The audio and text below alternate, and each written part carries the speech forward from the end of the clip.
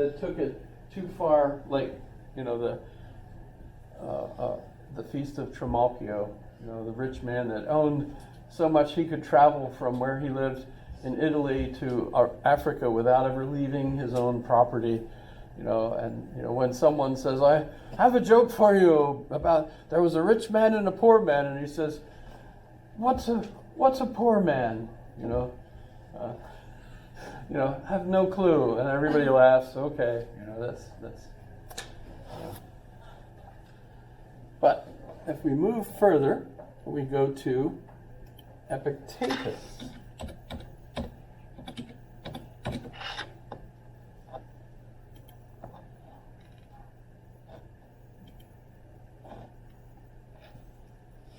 And now we end up with a slightly different philosophy that's going to add more social obligations. So if I'm looking for eudaimonia, Epictetus argues that you can only live the good life if you live in a good society. And this comes from Aristotle too. Aristotle says in order to have a good child, talking about how do you raise a good child, you need a good family, a cohesive family, with mom and dad, enough stuff that you can, feed the child isn't starving, you're avoiding pollutants, the child gets enough sleep, mom teaches, the baby to talk, all that stuff. Today we would say read to the child, even while it's still in the womb, play Mozart, so that it hears music, while it's still in the womb, because, apparently once it has earbuds, it starts to, understand what's going on. And, if you think about this, the, what do they call them? The super moms, or there's like mothers that, there's a special name for it, and I'm not remembering that either.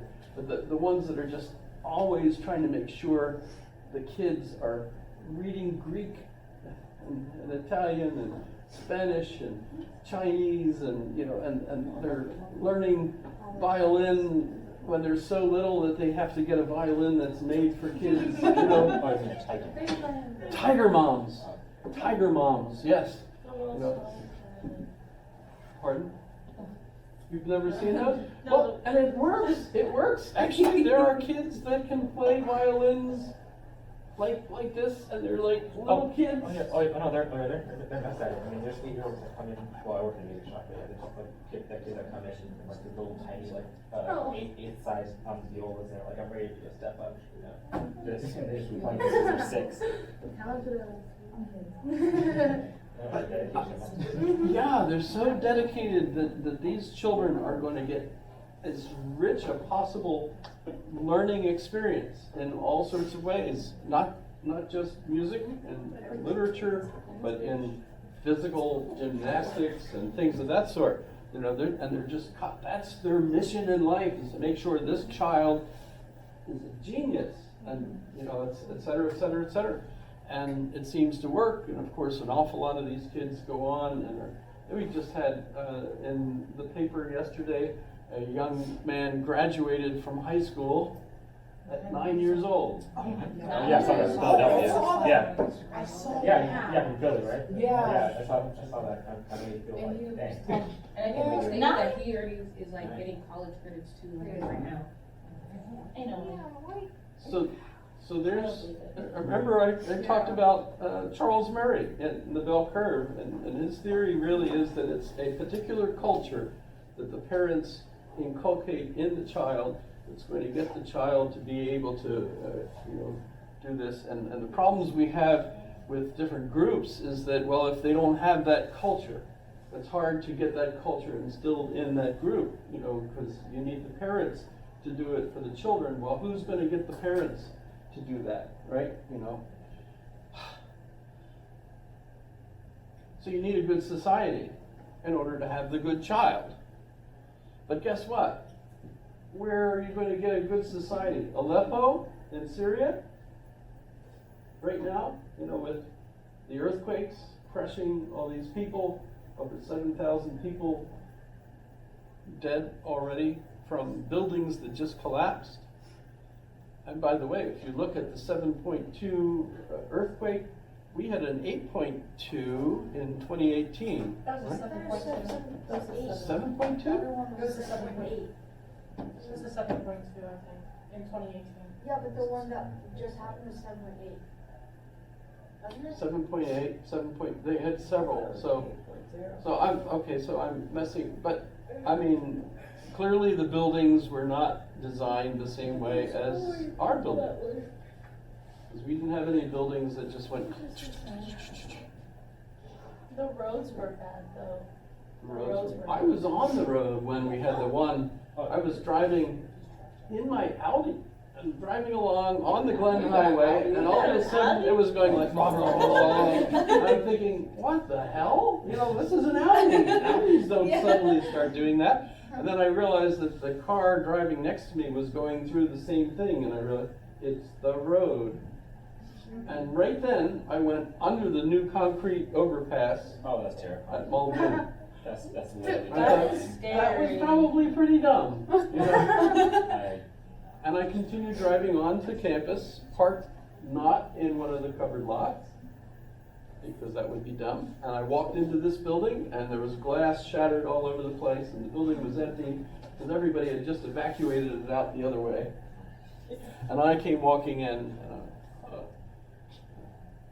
Good society. You need an infrastructure for the families to be able to be good families for their children. And so what kind of society can you have that will enable good families? Well, following Aristotle, you have to be a student of the politics of your community, and that also means you have to suffer and work as a part of that community. In other words, you can't just leave it up to others. You have to help. That means you need to give of your time, give of your effort, give of your wealth, etc., in order to make sure that the society is doing well, right? And that's boring. I mean, if you've ever been at a board meeting, and I think it's so clear that the reason a board meeting is called that is because everyone sitting there is bored. Because you're sitting there, and the polite thing, following Robert's rules, etc., is to listen to everyone, even if their ideas are totally dumb. You have to be polite and wait till they finish. Even if everyone has said everything, and everyone needs the opportunity to say it, because otherwise they feel left out, right? So they all say the same thing over and over again. And, of course, if you're familiar with the history and physics and all these other things, you know, no, that won't work, no, that won't work, no, that won't work. All this has been tried, but the polite thing is to listen and then ignore them, you know, if you can. Right? And then make the decisions that you know will be best for the society. You know, that happens. And notice, we have, I brought up Thomas Sowell the other day, right? You know, just briefly in his interview at the Hoover Institute with Peter Robinson. And the reason I brought him up was because he's plugging his book, that was 2009, I think, or 2011. So it was years ago. But the point he was making is, if you let intellectuals, like academic intellectuals, like me, right, actually have power and try to do things, they have no practical experience. What you really need. Remember I mentioned I couldn't even open the dang plastic bag, right? You know. Studying philosophy for 8 years did not prepare me to open a grocery bag so that I could put grapefruits in the bag. And what happens when you get all these intellectuals that suggest this is how we can fix this social problem? Mostly politicians tend to ignore them because they've already tried that. These are the 40 people that say this over and over and over again, and it doesn't work. Capitalism seems to be the best economic system, but you also have to be careful because there's no pure capitalism. You have rules that capital has to follow, and depending on the way those rules are set, you're going to have more or less people that are essentially able to profit enough in the capitalist system in order to survive and have a good life, etc. So there's a constant battle over that. And by the way, I would recommend Thomas Piketty.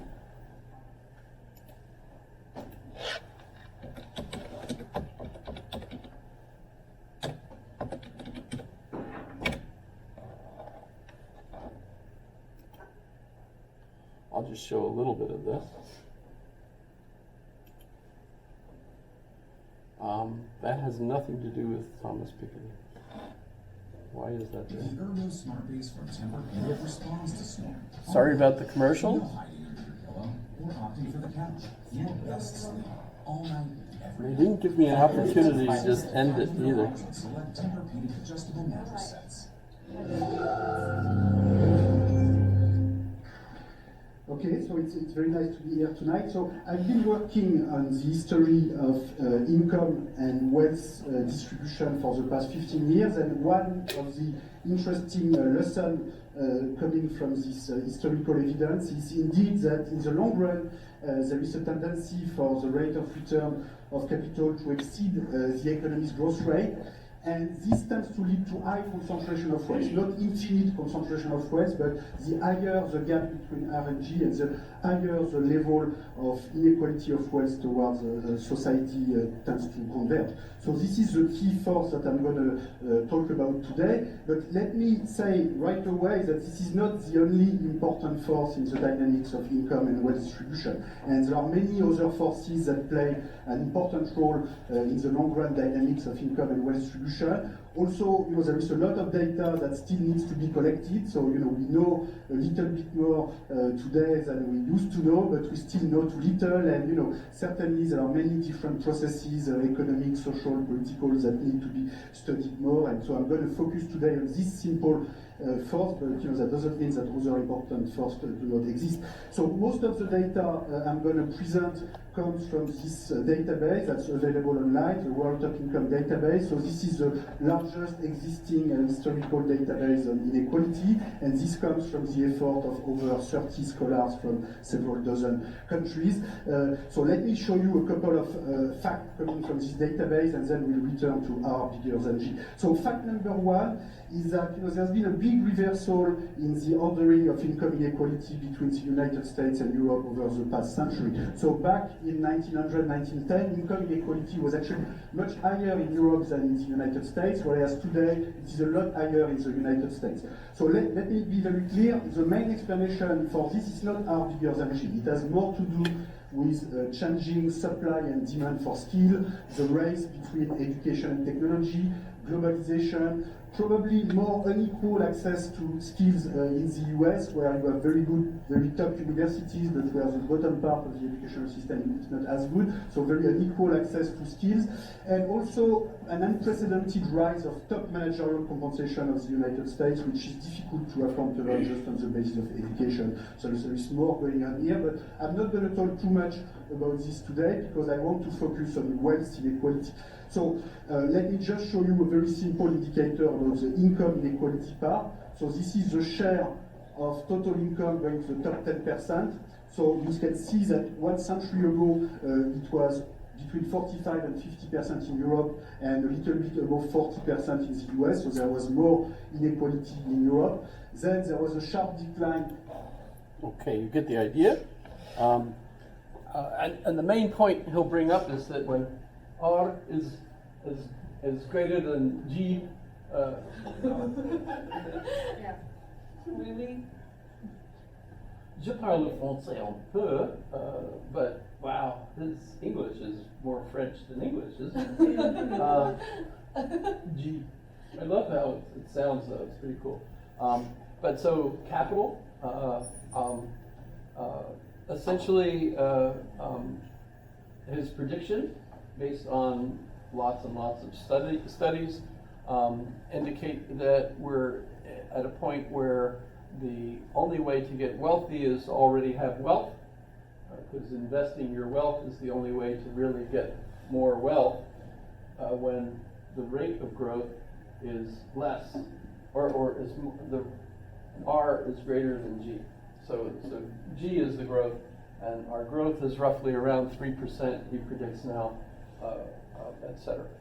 And so you won't have jobs out there that will just make you wealthy, except for a few things like, really tremendous movie stars, sports stars, a few individuals like Musk and Gates and other people that, just ended up with. They're getting rich based on investment too. Yes. But in any case, so how would you adjust this? Through laws taxing the wealthy more to spread the wealth among other people would be the only way to do that. And that would be dependent on the government being able to pass those kinds of laws. Notice last night, if you watched, the conflict between the Biden administration and the Democratic side of the House versus the Republican side of the House is over precisely what ways the government ought to influence the distribution of wealth. Should we tax, the people that have more of it versus not, et cetera. So there's the conflict, and it's kind of a stalemate. Who in the political arena is able to persuade the others? I mean, we had some folks in the audience, the Congress people, standing there yelling liar, to Biden last night. Which, by the way, remember, in order for it to be a lie, you have to be yelling about something they said that could be either true or false. If what they're saying is a theory, it can be neither true nor false, which indicates that at least some people in Congress don't even know